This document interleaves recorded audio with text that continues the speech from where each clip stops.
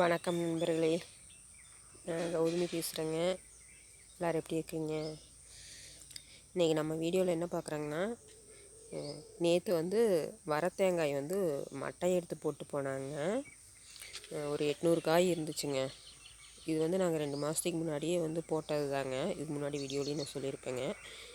சரி, இப்போ மழையெல்லாம் முடிஞ்சுது, இனிமேல் அந்த மட்டை எடுத்து காய வச்சு பருப்பாக போட்டுக்கலாம் அப்படின்ட்டு முடிவு பண்ணேங்க. இப்போ நேற்று எடுத்து கொடுத்துட்டாங்க. ஒரு காய் மட்டை எடுக்கிறதுக்கு 80 பைசா வாங்கினாங்க. இங்கே 80 பைசாங்க. 800 காய் இருந்துச்சுங்க. மறுபடியும் பக்கத்து தோட்டத்தில் ஒரு 3 மரம் இருக்குது. அவங்களும் நம்மளது காய் போடுறப்போ உங்களது போடுறதப்போ எங்களது போட்டு கொடுத்துருங்க அப்படின்னு சொல்லுவாங்க. நாங்கள் அவங்களுக்கு போட்டு கொடுத்துருவோங்க 3 மரத்து தேங்காய். அவங்களும் மட்டை எடுத்து கொடுக்க சொன்னாங்க. சரி, அவங்களது மட்டை எடுத்து கொடுத்துடலாம் அப்படின்ட்டு அதுவும் மட்டை எடுத்து ஸ்டாக்கில் போட்டு வச்சுருக்குறாங்க. அவங்க எடுத்துக்குவாங்க. அவங்களது ஒரு 172 காயாட்டாச்சுங்க. அவங்க இன்றைக்கி எடுத்துக்கிறேன்னு சொல்லிட்டாங்க. அதனால் மொத்தமாக ஒரு 980 காய் கிட்டத்தட்ட 70-80 காய் கிட்டத்தட்ட எடுத்தாங்க. அப்போ ஒரு காய்க்கு 80 பைசாங்க. 800 ரூபாய் ஆயிடுச்சுங்க எடுக்கிறதுக்குங்க. இது போடுறதுக்கு காய் போடுறதுக்கு 1 ரூபா கொடுத்தாங்க. இன்னும் அது கொடுக்கல, 1 ரூபாய்ன்னு தான் சொன்னாங்க. இப்போ காய் நம்ம விற்பனை பண்ணி அதுக்கப்புறம் அவங்களுக்கு பணம் கொடுத்துருவாங்க போடுறவங்களுக்கு. இல்லை நம்ம கையில் பணம் இருந்துச்சுன்னா நம்ம அப்பப்போ கொடுத்துடலாம், அந்த மாதிரிங்க. போடுறக்கு 1 ரூபா, இந்த மாதிரி மட்டை எடுக்க 80 பைசாங்க. இன்னும் செமக்கறக்கு அது இன்னும் எவ்வளோன்னு தெரிலைங்க. அது நாங்கள் ஆளெல்லாம் விடுறதில்ல, நாங்களே செமந்து கொண்டாந்து போட்டுருவாங்க. மரத்துக்கு போய் எடுத்துகிட்டு 2 நாள் 3 நாளுங்க எடுத்துகிட்டு போட்டுருவேன். 800 காய் 1000 காய் அவ்வளோதான் வருங்க. அதனால் நாங்களே இதெல்லாம் பண்ணிடுவோங்க.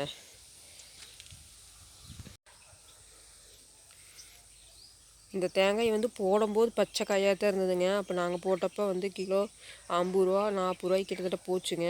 சரி, மட்டை எடுத்து போடலான்ட்டு அப்படியே விட்டுட்டேங்க. நிறையா வேலை இருந்ததுனால அப்படியே விட்டுட்டேங்க. அப்புறம் மழை ஆரம்பிச்சிருச்சுங்க. வடகிழக்கு பருவமழை ஆரம்பிச்சிருச்சுங்க. சரி அப்படின்ட்டு மட்டையை அப்போவும் எடுத்து கொண்டு போய் போட்டாலும் அங்கே கம்மியாயிருங்க. ஏன்னா அவங்களும் உடச்சி காய வைக்கணும் இல்லைங்க. அதனால் ரேட் கம்மியாயிரும் அப்படின்ட்டு நாங்களும் விட்டுட்டேங்க. இப்போ 2 மாதம் ஆனதே இந்த காயெல்லாம் காஞ்சிருச்சுங்க நல்லா. சரி, இனிமேல் காய வச்சு அது பருப்பாக போட்டுடலாம் நம்ம அப்படின்ட்டு பிளான் பண்ணிவிட்டு அதெல்லாம் மட்டை எடுத்தேங்க. எடுத்தோடனே பார்த்திங்கன்னா தூர் விட்டுரும். பார்த்தீங்களா எப்படி தூர் விட்டுருச்சுன்னு. அதனால் சீக்கிரம் இன்றைக்கி இதெல்லாம் உடச்சி வச்சுருவானுங்க. இல்லைன்னா அந்த தூர் விட்ட இடத்துல என்ன ஆகுனா அழுகுன மாதிரி ஆயிருங்க. அப்போதைக்கப்போ அது உடச்சி வெயிலில் காய வைக்கணுங்க. அப்போ தான் அழுகாதுங்க. அதனால் இன்றைக்கி இதுதான் வேலைங்க. இதெல்லாம் பூரா ஒரு 800 காய் இருக்குங்க. எல்லாம் உடச்சி வைக்கணுங்க. இந்த காயும் இப்படி நேராக உடைக்கணுங்க. இந்த தூர் விட்டுருக்குங்களா, இது கரெக்டாக அப்படி நேராக உடைச்சா தான் அது ரேட் நல்ல ரேட் கொடுப்பாங்க. இப்படி இந்த மாதிரி இப்படி குறுக்கு உடஞ்சிருச்சுன்னா அதுக்கு விலை கம்மி பண்ணிடுவாங்க. இந்த மாதிரிலாம் இருக்குங்க. தேங்காய் பருப்பு கொண்டு போய் போடும்போது அப்புறம் உள்ள பருப்பு நல்லா வெள்ளை வெளையேன்னு இருக்குங்க. அந்த மாதிரி இருந்தால் தான் ரேட்டுங்க. கொஞ்சம் செவந்துருச்சு, இல்லை பருப்பு சரியில்லை ஊரில் அப்படின்ட்டா அதுக்கு விலை கம்மி பண்ணுவாங்க. நம்ம களிப்பருப்புன்னு சொல்லுவாங்க. அந்த பூசணம் பூத்த மாதிரி இருக்குங்க. உள்ள பருப்பு கெட்டு போயிடுச்சு அப்படின்னா அதையும் தனியாக எடுத்து வச்சோம்னா அது ஒரு ரேட் போட்டு வாங்கிக்குவாங்க. இந்த மாதிரி நாங்கள் உடச்சி வெயிலில் காய வச்சுங்க. நம்ம இயற்கையாக இதை காய வச்சு நம்ம கொண்டு போய் போட்டு வர்றோங்க. வெயிலில் காய வச்சு வெய்ய காலமாக இருந்தால் 4-5 நாளில் காஞ்சிருங்க பருப்பு. அந்த தொட்டியெல்லாம் தோண்டிட்டோம்னா அதுக்கப்புறம் சீக்கிரம் இது வாசலில் சுடு களத்தில் போட்டோம்னா சீக்கிரம் காயுங்க. இப்போ பனிங்களா, அதனால காயற கொஞ்சம் டைம் எடுத்துக்குங்க. ஒரு 4 நாள் 5 நாளைக்கு மேலே தான் டைம் எடுத்துங்க. 7-8 நாளைக்கு கிட்டத்தட்ட நல்லா காய போடணுங்க. காய போட்டால் அந்த எண்ணெய் நல்லா வருங்க. காய போட்டோம்னா அதுக்காக தான் அவ்வளோ நல்லா நம்ம காய போட்டு கொண்டு போய் போடுறதுங்க. நாங்களும் காய வச்சு தேங்காய் எண்ணெய் வேணும்னா நாங்களும் சொந்தமாகவே ஆட்டிக்குவோங்க. வீட்டு சமையலுக்கெல்லாம் தேங்காய் எண்ணெயை சொந்தமாக இதுலேருந்து எடுத்துக்குவாங்க. அப்புறம் நம்ம கடலெல்லாம் வேணும்னா என்ன பண்ணுவாங்கன்னா, இந்த தேங்காய் பருப்பை கொண்டு போய் விலைக்கு போட்டுட்டு அந்த பணத்துலேயே கடலைப்பருப்பு வாங்கி ஆட்டிக்குவாங்க. அப்படி இதில் வந்து எண்ணெய் ஆட்டினதுக்கப்புறம் வந்து அந்த புண்ணாக்கெல்லாம் வருங்க. அதை வந்து நாங்கள் கொண்டு வந்து மாட்டுக்கு வந்து ஊற வச்சு ஊற்றிடுவோங்க. அது மாட்டுக்கு நல்லது. அதனால் மாட்டுக்கு ஊற வச்சு ஊற்றுவோங்க. இன்றைக்கி தாங்க வேலை. இதெல்லாம் வந்து உடச்சி ரெண்டாக கொஞ்சம் காய வைக்கணுங்க. அதை உடைக்கும் போது இதெல்லாம் வந்து நேராக உடைக்கணுங்க. கரெக்டாக உடைக்கணும். அதுதான் இன்றைக்கி வேலைங்க. அப்புறம் இந்த மட்டையுமே வந்து நம்ம வந்து விலைக்கு கொடுக்கலாங்க. இந்த மட்டை வந்து ₹1 50 பைசா. அந்தந்த டைமுக்கு தகுந்த மாதிரி அவங்க ரேட்டு ஏற்றுவாங்க. இப்போ வந்து மழை காலம் விறகெல்லாம் வந்து கிடைக்கல ஹோட்டலுக்கு இந்த மாதிரி அப்படின்னா இந்த மாதிரி மட்டைகளுக்கெல்லாம் வந்து ரேட்டு கொஞ்சம் ₹1 அந்த மாதிரி வாங்கிக்குவாங்க கொடுத்தா. இந்த மாதிரி அதையும் வந்து கொடுத்துர்லாங்க. அப்புறம் வந்து இந்த தொட்டி இருக்குங்கள்ல, தேங்காய் வந்து உடச்சி வச்சு இந்த தொட்டி தோண்டிட்டு பருப்பெல்லாம் காய வச்சு கொடுத்ததுக்கு இந்த தொட்டி வந்து நல்ல ரேட்டுங்க. கிலோ வந்து ₹12 கிட்டத்தட்ட போகுதுங்க. போன டைம் நாங்கள் வந்து தேங்காய் பருப்பு எடுத்துகிட்டு அந்த தொட்டியும் கொண்டு போய் விலைக்கு போட்டுட்டேங்க. அதனால் வந்து தேங்காயில் வந்து தொட்டி மட்டை எல்லாமே வந்து நம்மளுக்கு காசு தாங்க, பணம் தான். அதனால் அதையும் வந்து நாங்கள் போட்டுருவோம். தொட்டியும் வந்து நாங்கள் எடுத்து விலைக்கு போட்டுருவோங்க. அது கிலோ இவ்வளோனுங்க. கிலோ ₹12 சொல்லி போன தடவை போட்டேங்க. பருப்பே வந்து நாங்கள் போன தடவை போடும்போது 2 மாதத்துக்கு முன்னாடி வந்து ₹115 கிட்டத்தட்ட போட்டேங்க.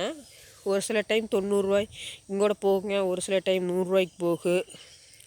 அதை நம்ம எப்படின்னு வந்து சொல்ல முடியாதுங்க, பருப்பு எப்போ ஏறுது இறங்குது அப்படின்ட்டு. இப்போ பச்சைக்காயும் கூட வந்து மட்டையை எடுத்து கொண்டு போய் கிலோ கணக்கில் போட்டோம்னா 40 45 சொல்லிகிட்டு இருந்தாங்க.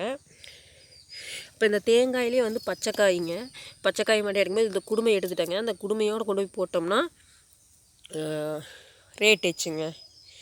அந்த இந்த மொட்டையாக இந்த மாதிரி கொண்டு போய் போட்டோம்னா கொஞ்சம் கம்மியாக இருக்குங்க.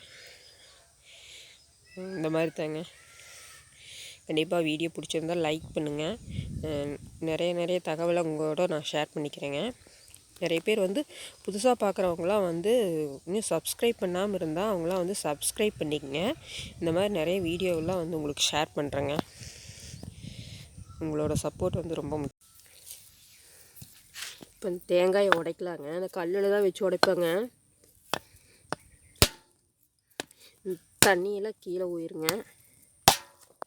இப்படி வந்து நம்ம நேராக உடச்சி வைக்கணுங்க. பார்த்தீங்களா, இப்படி தான் உடச்சி காய வச்சு கொண்டு போய் பருப்பு எடுத்து போட்டோம்னா தான் ரேட் கிடைக்குங்க. கொஞ்சம் குறுக்க உடச்சிட்டா அப்படின்னா அதுக்கு தகுந்த மாதிரி ஒரு ₹2 ₹3 கம்மி பண்ணிடுவாங்க. பார்த்தீங்களா, அப்படி நேராக உடைக்கணுங்க. ஒரு 2-3 நாளைக்கு வந்து கிட்டத்தட்ட காஞ்சதுன்னா நம்ம அந்த தொட்டியெல்லாம் தோண்டிடலாங்க.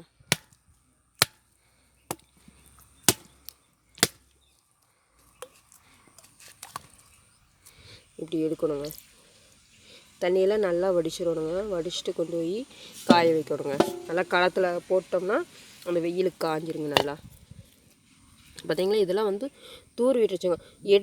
மட்டை எடுக்கிறேன் அப்படின்னா அன்னத்தன்னைக்கே வந்து உடச்சிடணுங்க. நாங்கள் நேற்று எடுத்து உடைக்க முடியல, சாயந்தரம் ஆயிடுச்சுங்க. அப்புறம் எப்படி உடச்சி வைக்கிறதுன்னு விட்டுட்டோம்.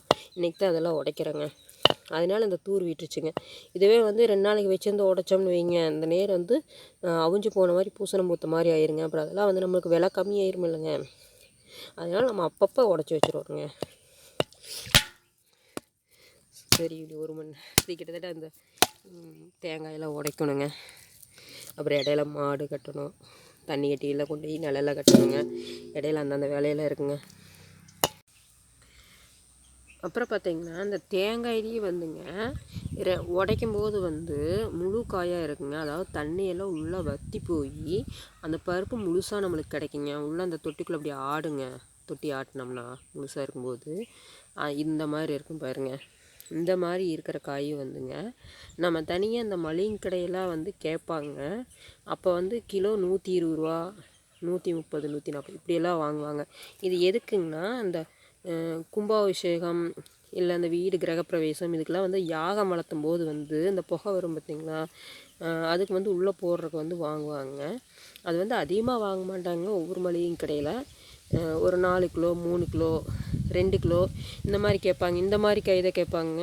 இந்த மாதிரி காய் தான் நம்ம கொண்டு போய் கொடுக்குறதுங்க. அப்படி கொடுத்தோம்னா நம்ம அதுக்கு ரேட் வந்து அதிகம்தாங்க. ஒரு சில டைம் நாங்கள் இந்த மாதிரி வந்து மளிகை கடையிலலாம் கேட்டு வந்துட்டு ஒரு 10 கிலோ 5 கிலோ இப்படியெல்லாம் கொண்டு போய் கொடுப்பேங்க. இந்த காய் எப்படிங்கன்னா நல்லா மரத்துலேயே வந்து தண்ணியெல்லாம் வற்றி தானாக கீழே விழுந்துருங்க வரக்காயா. அந்த வரக்காய் எடுத்துகிட்டு வந்து ஆட்டினோம்னா உள்ளே தண்ணி இருக்காதுங்க, இந்த தேங்காய் மட்டும் உள்ளே ஆடுங்க தனியாக. அந்த காயெல்லாம் வந்து தனியாக எடுத்து போட்டுங்க மட்டை எடுத்து நம்மளே கொண்டு போய் மளிகை கடையில் கொடுத்துட்றதுங்க. இந்த மாதிரியும் வந்து நம்ம விற்கலாங்க, மளிகை கடையில் கேட்டு வந்துட்டு. இந்த மாதிரிலாம் வந்து நிறைய இருக்குங்க தேங்காயில். ஒவ்வொரு தேங்காயெல்லாம் பார்த்திங்கன்னா முளைச்சிருங்க. அது உள்ள பூ இருக்குது தெரியுங்களா, இந்த மாதிரி முளைப்பெல்லாம் வந்துருங்க. இது வந்து அப்படியே பூவாக மாறிடுங்க. அந்த பூ சூப்பராக இருக்குங்க. பார்த்தீங்களா பூ முளை. இது இன்னும் கொஞ்சம் பெருசாகிடுச்சுன்னா இன்னும் நல்லா இருக்குங்க, சூப்பராக இருக்குங்க. எடுத்து சாப்பிட்டா இனிப்பாக இருக்குங்க. இதே மாதிரி தான் இந்த பனங்காய் அந்த நொங்கு இருக்கும் பார்த்தீங்களா, அது காஞ்சதுக்கப்புறம் வந்து அதுலேயும் இப்படி தான் பூ இருக்குங்க. அந்த சீமுன்னு சொல்லுவோம், வெட்டி சாப்பிட்றதுங்க. இது நல்லா இருக்குங்க பார்த்தீங்களா. இந்த மாதிரி நிறைய இருக்குங்க. இந்த மாதிரி வரத்தேங்காயில் தான் வந்து நிறைய இருக்குங்க அந்த மாதிரி முளைச்சி வந்ததெல்லாம் வந்து. இன்னும் நிறைய இருக்குன்னு நினைக்கிறேங்க. ஓகே, நன்றிங்க.